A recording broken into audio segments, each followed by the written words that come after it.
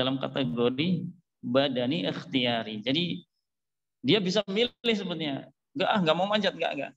Ya. Enggak mau. Boro-boro manjat yang tinggi itu. Cuma berapa meter aja sudah gemeteran. Ya.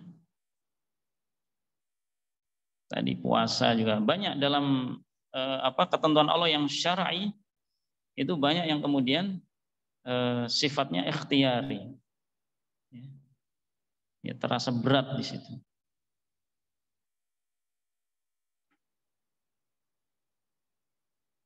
Sholat juga mungkin bisa jadi berat. Males banget. Pagi-pagi masa harus bangun sholat. Fisik kayaknya berat.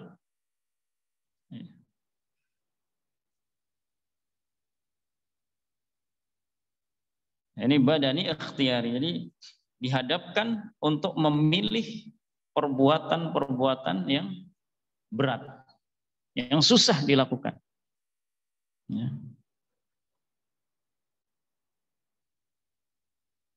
Secara umum kalau sudah sepuh kan untuk nanjak ke bukit susah lah ya, ngos-ngosan itu. Nah ini kemudian dipaksa balapan naik ke atas, berat. Ya.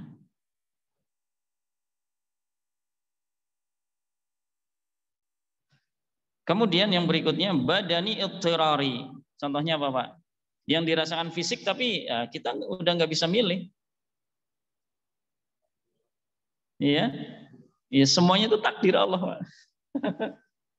Semua yang terjadi itu tidak lepas dari takdir Allah.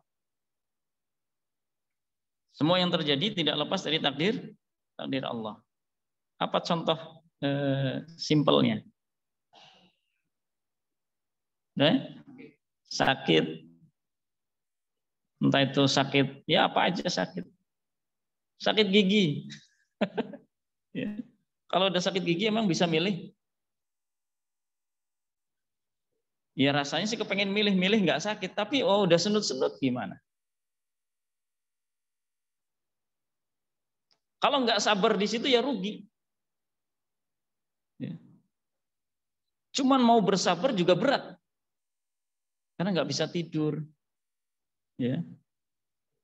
Berisik sedikit, rasanya udah marah, emosinya naik. Ya, Masya Allah, para ulama itu membahasnya itu detail. Masya Allah.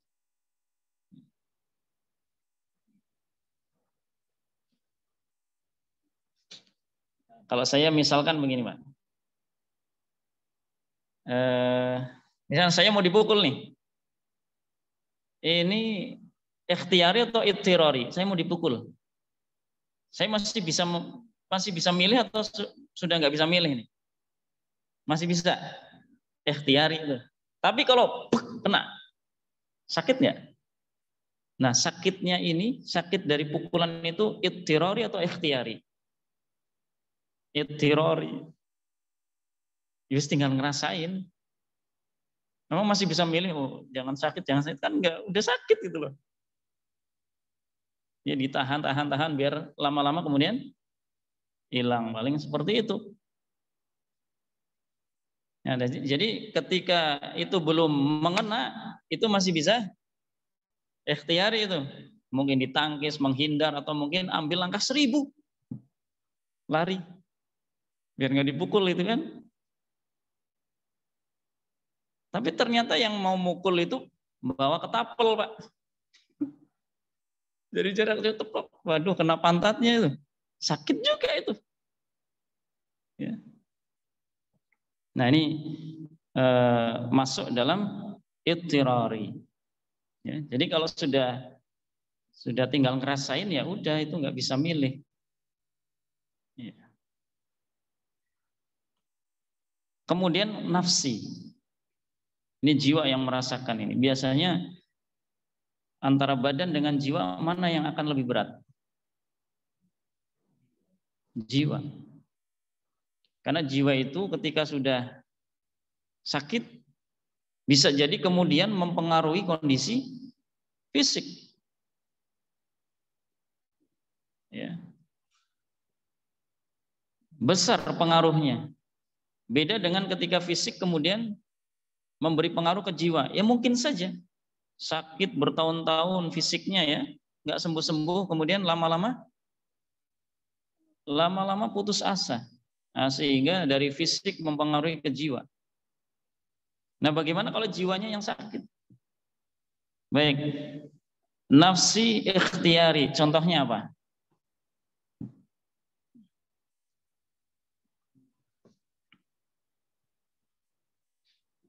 Sebetulnya ya hampir mirip-mirip lah dengan yang badani ikhtiyari. Tapi ini lebih dirasakan oleh jiwa. Malas ke masjid. Jadi secara umum begini, nanti coba diterapkan dalam contoh-contohnya. Secara umum begini, nafsi ikhtiyari itu apa? Kasabrin nafsi an fi'li ma la yahsun fi'luhu syar'an wa aqlan.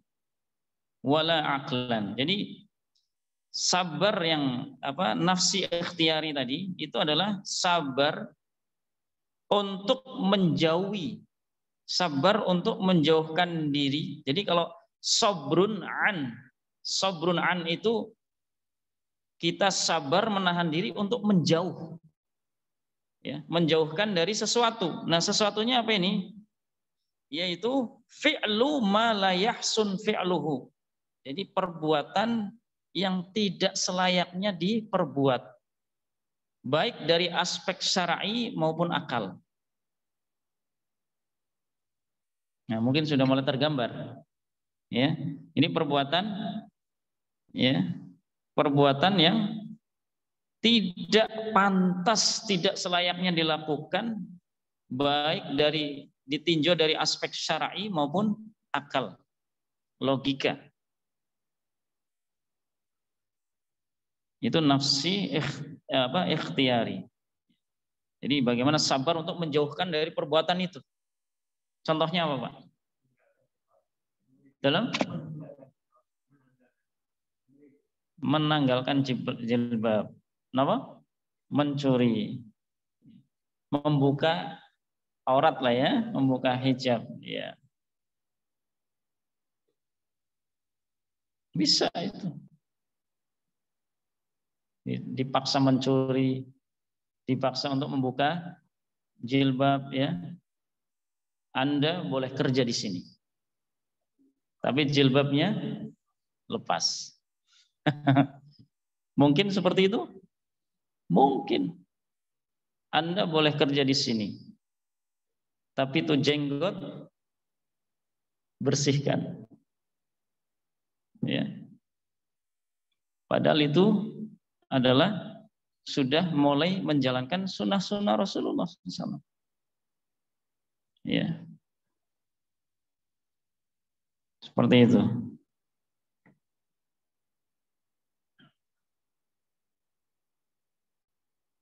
Banyak contohnya, Pak ya.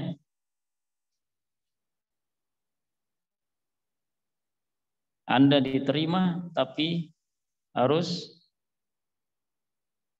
membayar sejumlah uang pelicin.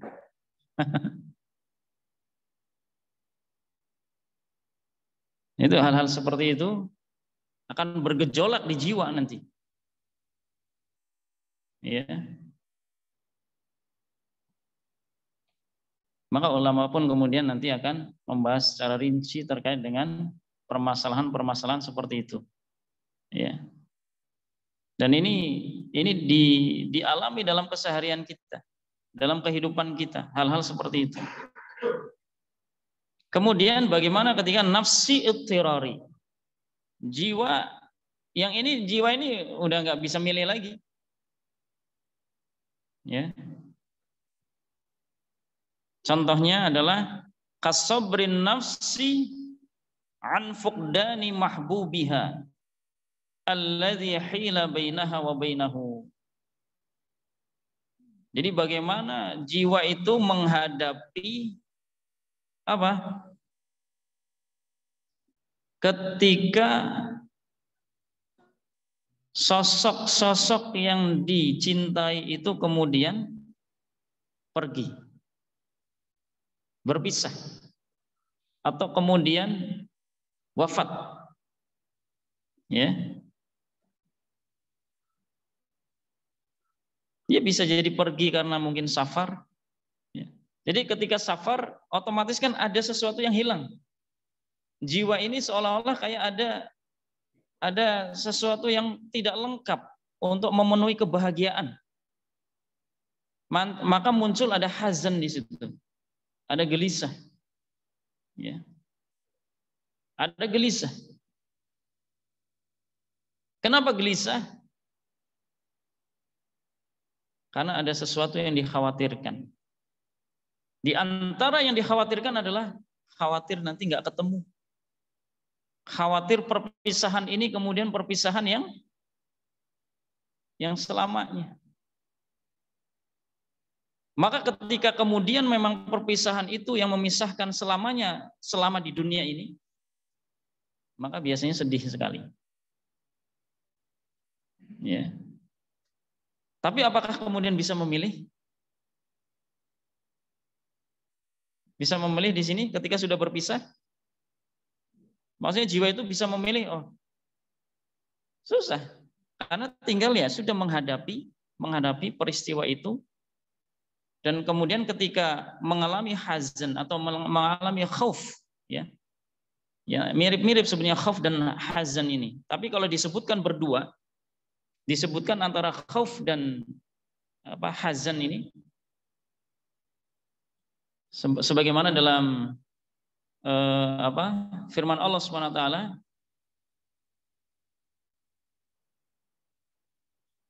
innal ladzina qalu rabbunallah tsumma istaqamu tatanazzalu alaihimul malaikatu, apa di situ lanjutannya, alla takhafu wala tahzanu. Disebutkan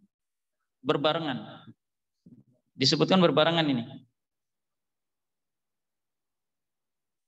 Jadi sungguh orang-orang yang mengatakan, ya, mengatakan Rabbunallah, Rabb kami adalah Allah yang menciptakan, yang memiliki, yang mengatur, itu Allah. Yakin itu. Kemudian ketika sudah menyatakan pernyataan seperti itu, tsumastaqamu, istiqomah di atasnya. Ya, dalam beberapa tafsir istiqomah sampai kemudian ajal menjemput. Maka ketika sakaratul maut, ketika detik-detik wafatnya orang tersebut, maka apa? Tatanazzalu alaihimul malaikah. Sebagaimana disebutkan oleh Syekh Nasir As-Sa'di. Jadi turun para malaikat. Tatanazzal itu bertahap turun. Malaikah ini menunjukkan banyak malaikat yang turun. Karena malaikah ini menunjukkan jamak. Apa yang dikatakan oleh malaikat kepada orang tersebut? Alla takhafu wa la tahzanu. Jangan takut. Nah, jangan takut ini khauf ini apa ini khauf? Khauf ini adalah sesuatu yang akan terjadi di masa yang akan datang. Wala tahzanu, jangan khawatir. Jangan gelisah. Apa ini gelisah? Gelisah ini. Gelisah dengan sesuatu yang sudah terjadi di masa lampau. Jadi khauf itu adalah future, hazan itu adalah past. Ya. Nah, sementara orang tersebut adalah dalam keadaan present. Jadi sudah memikirkan yang akan terjadi, yaitu khauf, dan terbayang juga yang sudah lampau, yaitu pas tadi, hazan. Maka di situ yang mengatakan malaikat. Nah, ketika yang datang malaikat, malaikat adalah hamba Allah yang la ya'sunallaha ma amarahum wa yaf'aluna ma yu'marun. Tidak pernah bermaksiat kepada Allah. Apa yang diperintah oleh Allah dikerjakan. Maka apa? Tenanglah hamba itu. Nah, maka tadi ketika ada khauf dengan hazan disebutkan bersama, maka maknanya memiliki kekhususan masing-masing. Khauf masa yang akan datang, hazan masa yang telah lampau. Nah, ketika kembali kepada tema tadi, ketika seseorang itu kemudian ditinggal orang yang dicintai, maka apa? Muncullah kegelisahan. Pasti itu muncul. 1 pekan bersama cucu dan anak-anak. Setelah itu kemudian breng pada pulang ke rumah masing-masing. Apa yang terasa? Terasa itu nelongso lah istilahnya. Sedih. Ya. Nah, ketika kemudian muncul kesedihan seperti itu atau diwakili dengan kata khauf, ya, diwakili dengan kata khauf, maka apa? Munculkan roja. Ya, munculkan roja.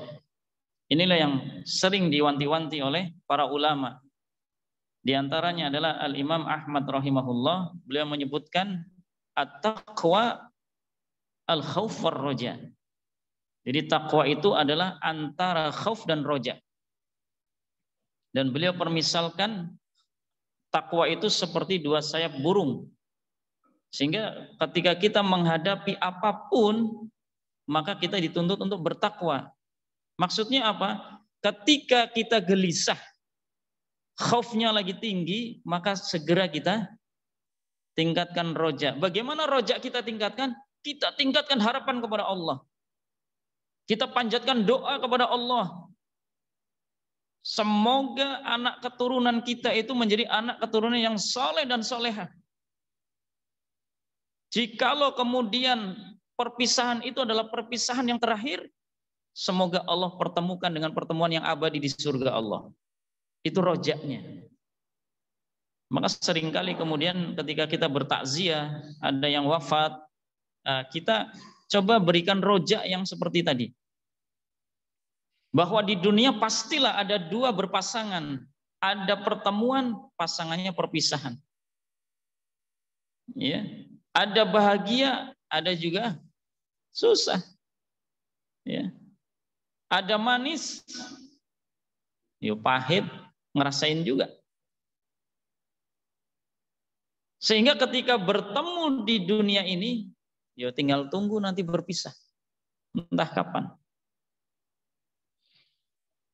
Nah, ketika kemudian di dunia ini dibangun orientasi akhirat, yaitu apa? Kalau mau ketemu jangan cuma orientasi dunia saja. Ayo kita bangun pertemuan nanti di akhirat. Dengan apa? Dengan bingkai iman. Itulah yang disebutkan dalam surah At-Tur. Ya, walladzina amanu wattaba'athum dzurriyyatuhum biiman alhaqna bihim dzurriyyatahum wama alatnahum min amalihim min syai' kullu mri'in bima kasaba rahin. Dan orang-orang yang beriman kemudian keimanannya itu diikuti oleh anak keturunan, maka apa? Allah berkenan mempertemukan orang tua tadi dengan segenap anak keturunannya tadi. Di mana ditemukan? Di surga. Ya, dalam tafsir diantaranya ada tafsir Ibnu Katsir, ya, disebutkan nanti apa? Bisa jadi orang tua dalam ayat itu orang tua mengangkat derajat anak, bisa juga anak yang mengangkat derajat surga orang tua. Masya Allah. Bingkai apa di situ? Di atas bingkai keimanan. Maka ketika ingin bertemu lagi nanti di surga dengan pertemuan yang abadi dalam kebahagiaan, ayo imannya dijaga. Ya. Dan iman itu enggak sekedar diharapkan saja, Pak. Saya kepengen beriman, saya kepengen beriman. Itu namanya amani. Aman itu angan-angan. Ya. Nanti kalau dalam istilah bahasa, ya ilmu bahasa lah, dalam bahasa Arab itu ada tamani, ya tamani, ada taroji. Taman itu ya keinginan, tapi kayaknya keinginan itu susah untuk digapai. Apa ada ya simpelnya itu mustahil digapai. Misalkan nih orang-orang kafir mengatakan, ya laitani kuntu turaba. Ya, seandainya dulu saya itu adalah hanya sebongkah tanah. Ya nggak mungkin lah. Orang dulu pernah hidup di dunia kemudian nggak beriman kepada Allah, giliran kemudian meninggal dilakukan hukum Allah di akhirat itu baru ngomong seperti itu. Ya laitani kuntu turaba. Dia berandai-andai tapi pengandaian yang mustahil. Jangan sampai kita masuknya ke tamani tadi. Ya, ke tamani tadi. Jadi saya kepengen beriman tapi nggak ada upaya gitu loh. Loh, upayanya untuk meningkatkan iman itu apa? Allah Subhanahu wa taala sebutkan, fa'lam annahu la ilaha illallah. Jadi ketika ingin beriman di situ, bertauhid bahwa Allah Subhanahu wa taala adalah satu-satunya yang berhak untuk disembah, itu apa? Fa'lam, ilmui. Dan disebutkan oleh Rasulullah SAW, la yustata'ul ilmu birohatil jism. Ilmu itu tidak akan diraih dengan santai. Ya, mau dapat ilmu tapi santai. Santainya ya mungkin malas-malesan ya. Nggak mau berjalan untuk menuju majelis ilmu ya. Ah, nanti kan ilmu datang sendiri. Apalagi sekarang sudah ada HP ya. Buka HP, buka YouTube yang taklim bermanfaat, itu pun jadinya malas juga. Karena sudah asik main game misalkan. Asik buka Instagram. Asik buka Facebook dan lain sebagainya, chatting dengan teman-temannya, sehingga apa? Untuk dengerin tausiah di YouTube males. Padahal apa? Ilmu tidaklah diraih dengan sarana males. Tadi birohatil jism, jasmani itu rohah. Ya.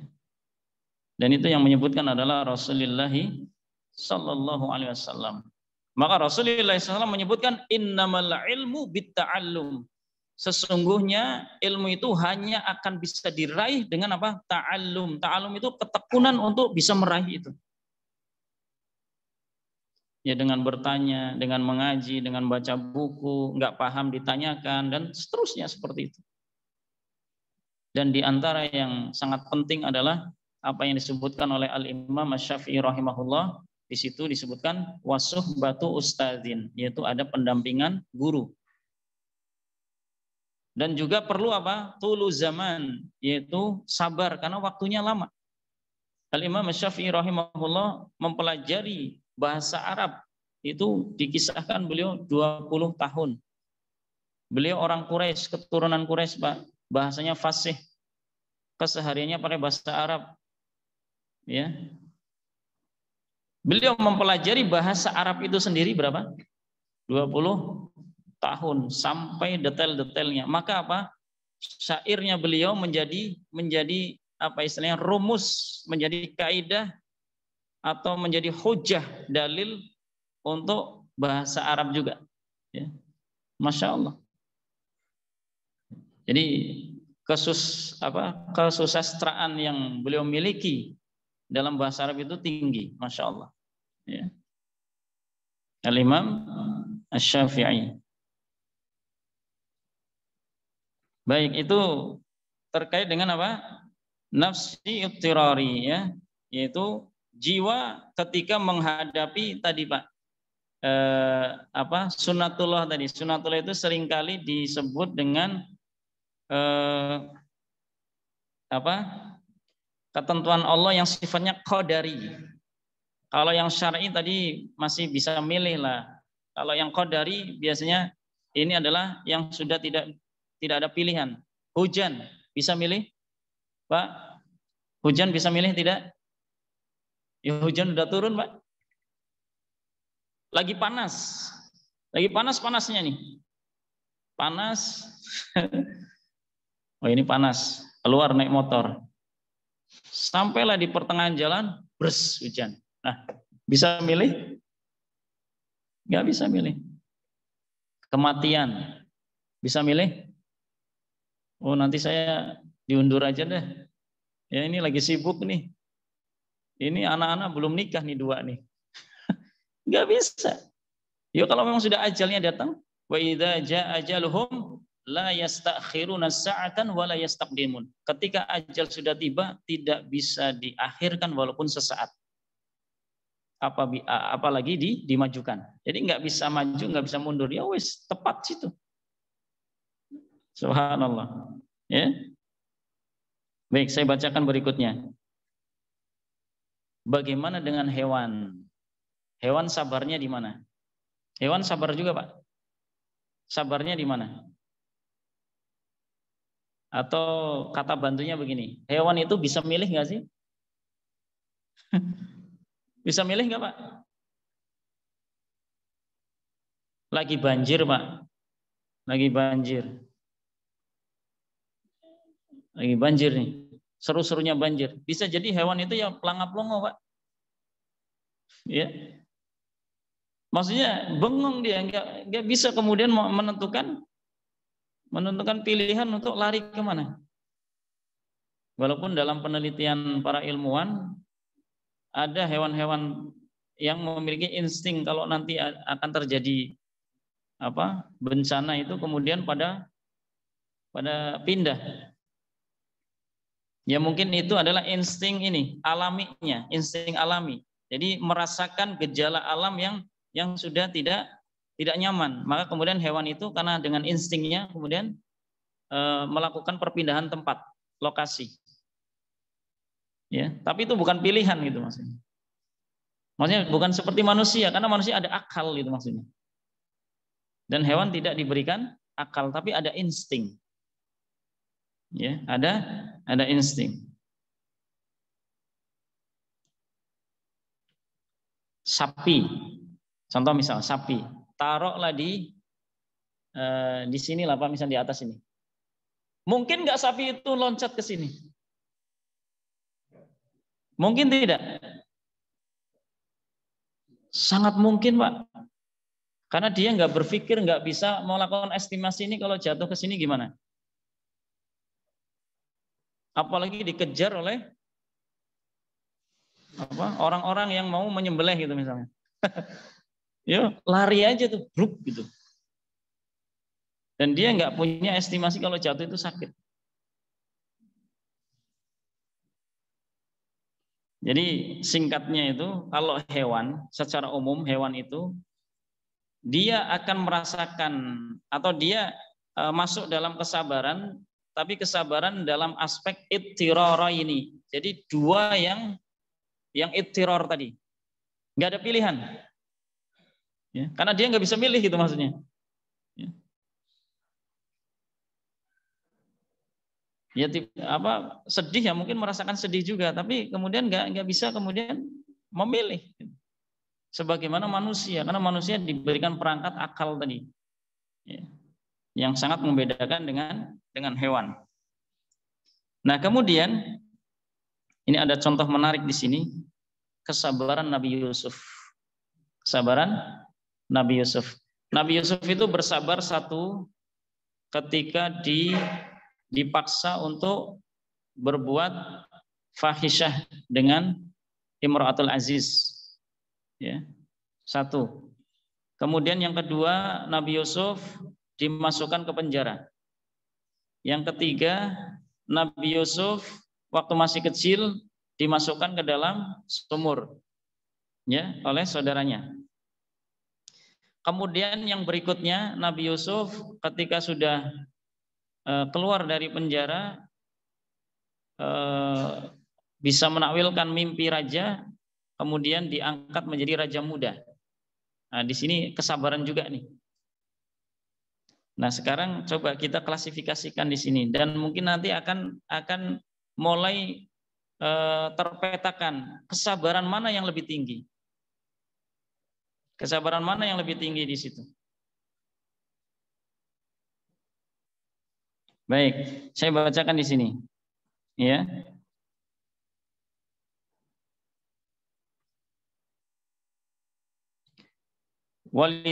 Kana sabru Yusuf ala mutawa'ati imra'atil aziz wa sabruhu ala ma nalahu minas sijni a'zam min sabrihi ala ma nalahu min ikhwatihi lama alqauhu fil jubbi wa farraqu bainahu wa baina abawayhi wa ba'uhu bai'al abdi. Nabi Yusuf alaihissalam, ya, kesabaran ketika dipaksa untuk apa? Untuk berbuat fahisyah dengan Imratul Aziz. Dan sabarnya ketika dimasukkan ke dalam penjara itu lebih besar, kesabaran yang tadi itu lebih besar dibandingkan apa? Dibandingkan kesabaran beliau ketika dicemplungin ke sumur.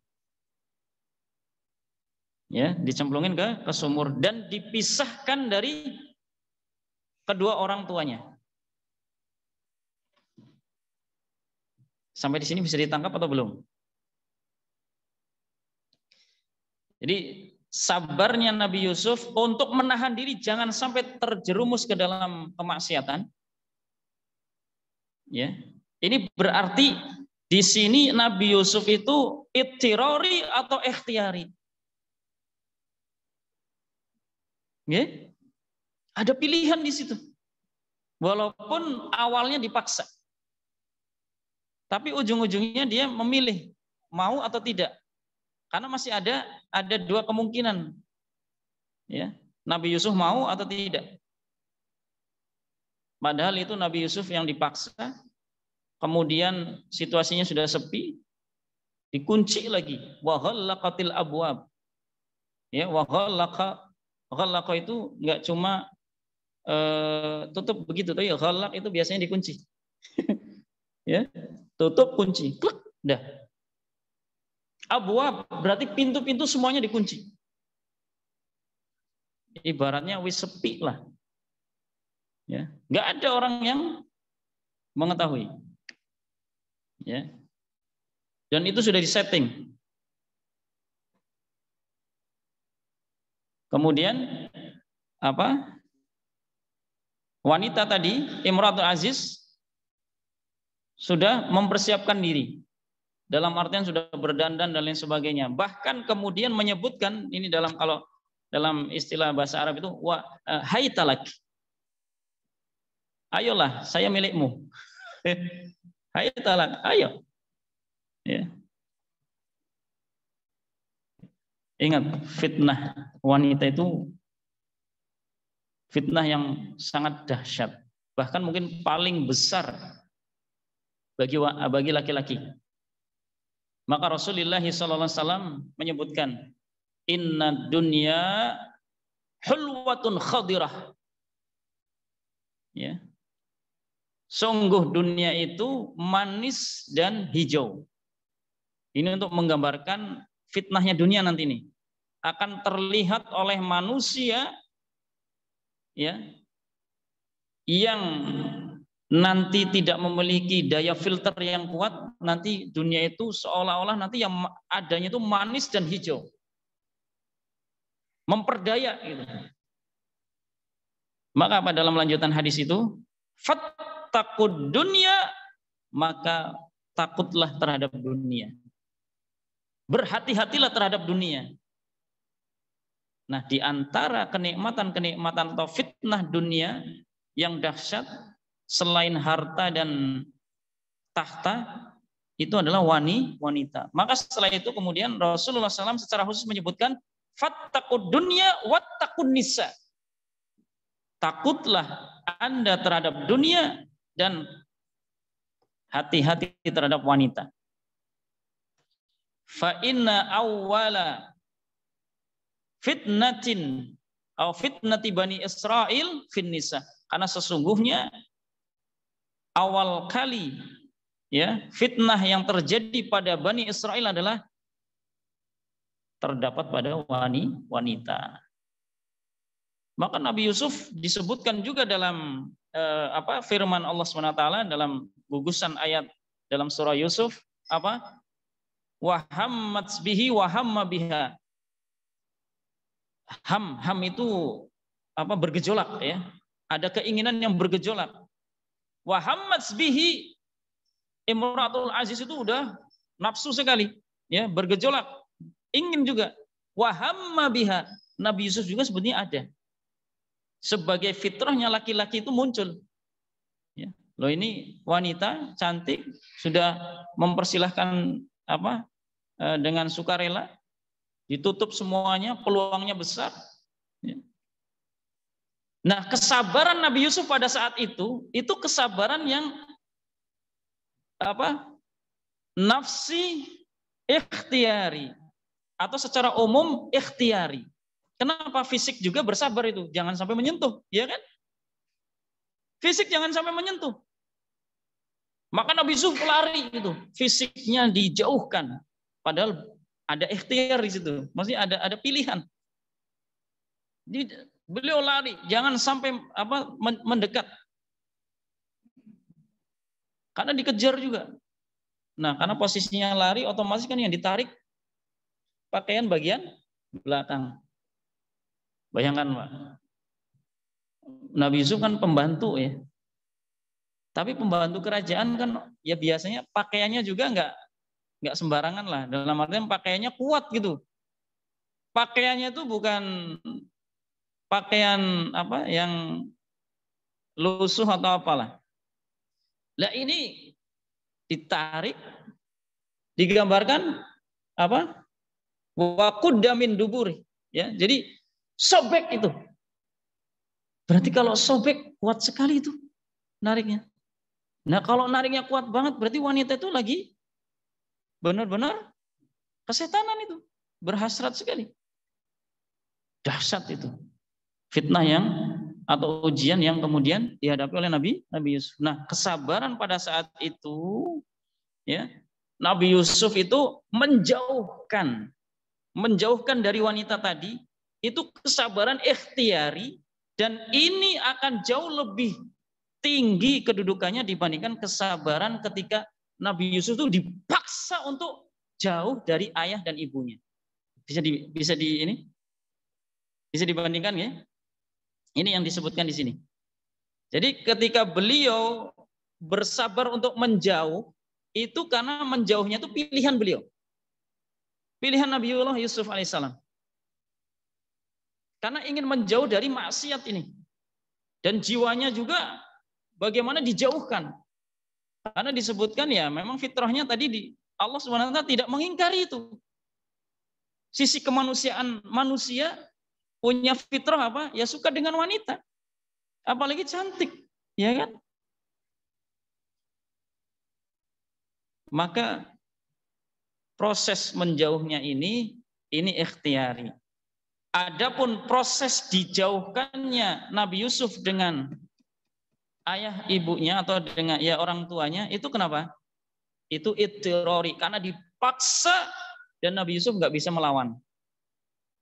Ya, saudaranya yang lain kan ada berapa? Ada 10 ya. Ada sekitar 10 gondelin semua, gimana itu? Apa yang gondelin itu? Megangin semua, ya Nabi Yusuf masih kecil nggak bisa apa-apa. Dilempar lah itu. Ibaratnya ya udah nggak ada pilihan, itu udah seperti itu. Ibaratnya sapi atau kambing udah dipegangin, tinggal apa? Golok sudah ada di leher itu. Ya, nggak ada pilihan lagi, udah pasrah aja gitu.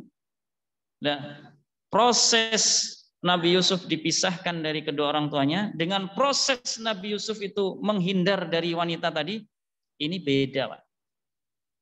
Sabar yang pertama tadi, yang menghindar dari wanita tadi, itu lebih tinggi, itu ikhtiar. Ada pilihan di situ. Dibandingkan sabar yang tadi, dipaksa tadi, ittirari tadi. Ya. Baik, jamaah sekalian rahimani wa rahimakumullah. Ini syuruk jam berapa, Pak? Sudah masuk? Sudah masuk. Baik, boleh 5 menit lagi? Baik.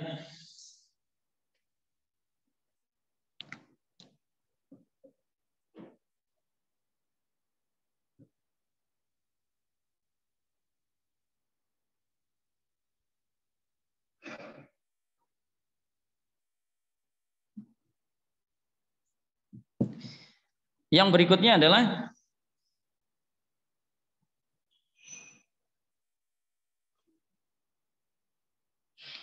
wa minas sabril ikhtiyari sabruhu 'alal 'izzi wat tamkin alladzi awrathahu Allahu iyyah faja'alahu mustakharan li ta'atillah wa lam yanqulhu dzalika ilal kibri wal batar. Nah, kemudian Nabiullah Yusuf juga bersabar, Pak. Bersabar dengan apa? Bersabar dengan upaya apa? Yaitu bersabar ketika Nabiullah Yusuf tadi yang saya sebutkan diangkat menjadi raja muda tadi. Ya, menteri perekonomian. Ya.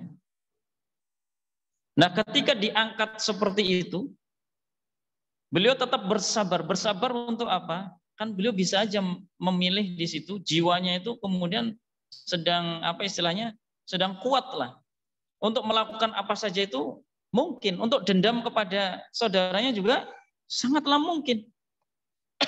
Mungkin saudaranya dipenjarakan atau saudaranya dihukum dan sebagainya, mungkin saja. Karena beliau sedang di atas. Sementara saudaranya waktu itu pas datang adalah minta makanan, ya, bukan minta, mau beli, ya, mau beli makanan. Karena di Sana'a pada saat itu sedang kekeringan, jadi panen juga gagal, ya, nggak bisa nanam. Maka pergilah ke Mesir, dan Nabiullah Yusuf ada di Mesir tadi. Nah, ketika Nabiullah Yusuf dalam kedudukan seperti itu, beliau bersabar. Bersabar untuk apa? Bersabar jangan sampai kemudian terjebak kepada kesombongan dan apa? Merendahkan orang lain. Ya.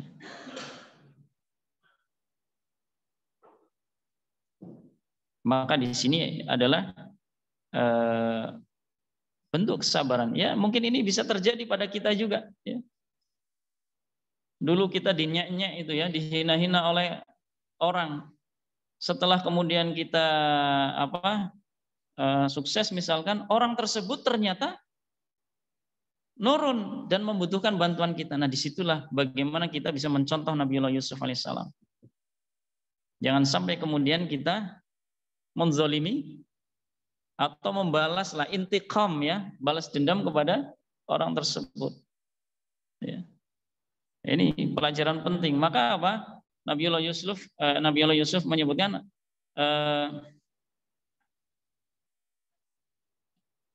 la tasribal yaum. Ya. Jadi intinya tidak ada kemudian apa? Enggak ada lah kemudian keinginan untuk balas dendam. Enggak ada. Ya. Enggak ada keinginan untuk balas dendam. Bahkan kemudian Nabiullah Yusuf kemudian apa? Wal kadhiminal ghaidha wal 'afina 'anil nas. Menahan amarah, kemudian apa? Mengkondisikan jiwa sehingga apa? Wal 'afina 'anil nas. Udahlah, dimaafkan. Dimaafkan. Ya. Maka itulah sifat ibadur rahman. Ya, Pak? Sifat ibadur rahman, kadhiminal ghaidh wal 'afina 'anil nas. Menahan amarah. Kemudian tingkatan berikutnya yang lebih tinggi lagi, dimaafkan orang itu. Ya. Semoga Allah SWT menganugerahi sifat mulia tadi. Kemudian yang terakhir adalah wa kadzalika kana sabru Nuhin wal Khalil wa Musa al-Kalim wal Masih wa Muhammad sallallahu alaihi wasallam fa inna sabrahum kana 'ala ad-da'wah ila Allah wa mujahadati a'da'illah wa li hadza sammu ulil azmi. Dan demikian pula contoh yang mulia adalah kesabaran Nabiullah Nuh. Kemudian Nabiullah Ibrahim, Nabiullah Musa, Nabi Isa dan Nabi Muhammad sallallahu alaihi wasallam. Ya. Karena beliau ini bersabar dalam berdakwah untuk apa? Untuk tauhid. Dan kesabarannya ini melebihi kesabaran rasul dan nabi yang lain. Maka kemudian disebutkan oleh Allah SWT apa? Fasbir kama sabara ulul azmi minar rusul. Bersabarlah Anda sebagaimana sabarnya ulul azmi. dari kalangan para rasul, yaitu Nabiullah Nuh, Nabiullah Muhammad, Nabiullah Musa, Nabiullah Isa, Nabiullah Muhammad SAW. Ya, tadi Nabiullah Ibrahim ya. Jadi ada 5. Wa nahahu an yatashabbaha bi sahibil hut haitsu lam yasbir fa kharaja mughadiban qabla an yu'zana lahu. Dan Allah Subhanahu wa taala kemudian mencegah, ya, melarang jangan sampai menyerupai seperti sahibil hut. Siapa sahibil hut? Sahibil hut itu adalah nabi yang dimakan ikan. Nabi Yunus. Jadi kita nggak boleh atau kita dilarang untuk mencontoh Nabiullah Yunus ketika peristiwa beliau meninggalkan umatnya. Ya. Maka apa? Allah SWT menyebutkan fasbir li hukmi rabbika. Bersabarlah terhadap hukum Rabb kalian, Rabb kamu. Wala takun kasahibil hut, dan janganlah kalian menyerupai siapa? Nabiullah Yunus dalam bersabar tadi. Nah, hukum Rabb hukmu rabbika itu apa? Asy-Sya'di menyebutkan hukmu rabbika di sini falam yabqa illa sabr li adahum wa tahammul lima yusdar minhum wal istimrar ala da'watihim. Jadi dalam berdakwah itu kita harus bersabar kalau mendapatkan celaan, mendapatkan sesuatu yang menyakitkan baik fisik maupun jiwa tadi. Maka kan sabar tadi fisik dan jiwa. Kita udah ngajak yang baik tapi dikatakan wah sok suci. Wah, kayak mau masuk surga sendiri. Udah pakai peci, pakai gamis tapi masih masih suka marah-marah lah mendingan saya nggak pakai gamis, nggak sholat tapi nggak suka marah-marah. Karena pernah ada orang tua, Pak, orang tua udah sepuh banget, itu kalau dinasihatin sama anaknya, maksudnya dikasih tahu lah, ayo bapak sholat, jawabannya simple banget, kamu yang sholat, anak kamu masih suka rewel, istri kamu masih suka marah-marah. Bapak yang nggak pernah sholat, istri tenang, anak-anak nggak pernah rewel. Ayo pilih yang mana? Pilih yang mana itu? Pakai jilbab tapi masih genit. Saya nggak pakai jilbab, nggak genit. Pilih yang mana? Subhanallah ya. Ini terjadi pertanyaan-pertanyaan seperti ini, ya, komentar-komentar seperti itu marak sekali. Untuk apa? Untuk menyudutkan syariat Islam tadi, ya. Tuh yang mencuri berjenggot, saya nggak berjenggot, nggak pernah nyuri, ya. Nah maka di sini apa? Tahammul itu ya kita berani menanggung lah, berani menanggung beban dakwah tadi.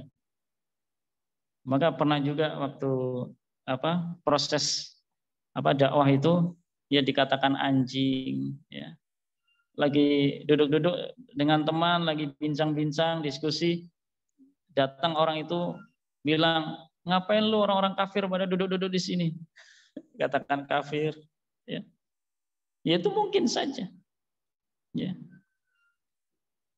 Maka harus terus berlatih bersabar. Maka di sini fasbir li hukmi rabbika ay lima hakama bihi syar'an wa qadran, ya.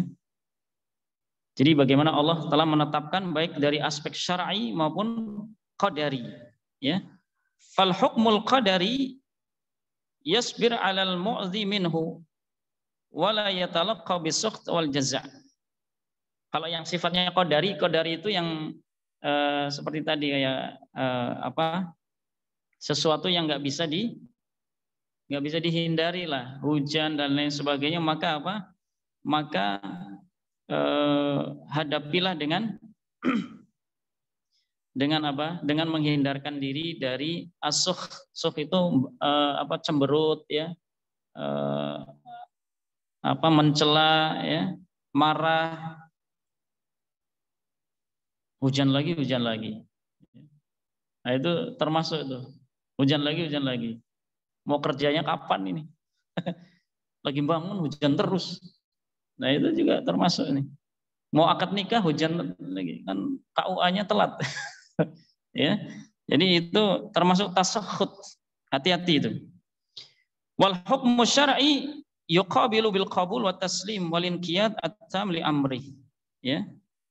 Jadi nah ini kalau yang syar'i itu kita menghadapinya dengan penuh penerimaan dan kepatuhan, tunduk patuh, ya.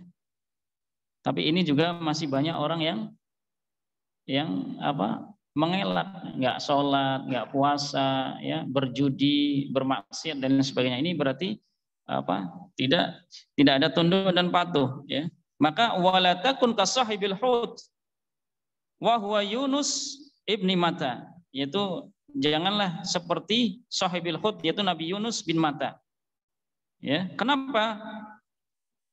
Wala tusabihuhu fil hal. Jadi jangan mencontoh atau meniru dalam kondisi ketika berdakwah kemudian meninggalkan umatnya, ya, meninggalkan umatnya. Maka di sini pesan penting bagi kita untuk terus bersabar, ya, untuk terus bersabar. Fisik dan jiwa pastilah itu akan mendapatkan bagiannya masing-masing, ya. Maka kita persiapkan fisik bersabar, jiwa kita juga terus bersabar. Semoga Allah SWT memberikan anugerah kesabaran kepada kita, dan semoga kita senantiasa istiqamah dan Allah wafatkan kita dalam husnul khatimah. Kita cukupkan dulu sampai poin ini. Alhamdulillah, subhanakallahumma wa bihamdika asyhadu an la ilaha illa anta astaghfiruka wa atubu ilaik. Wal afu minkum. Assalamualaikum warahmatullahi wabarakatuh.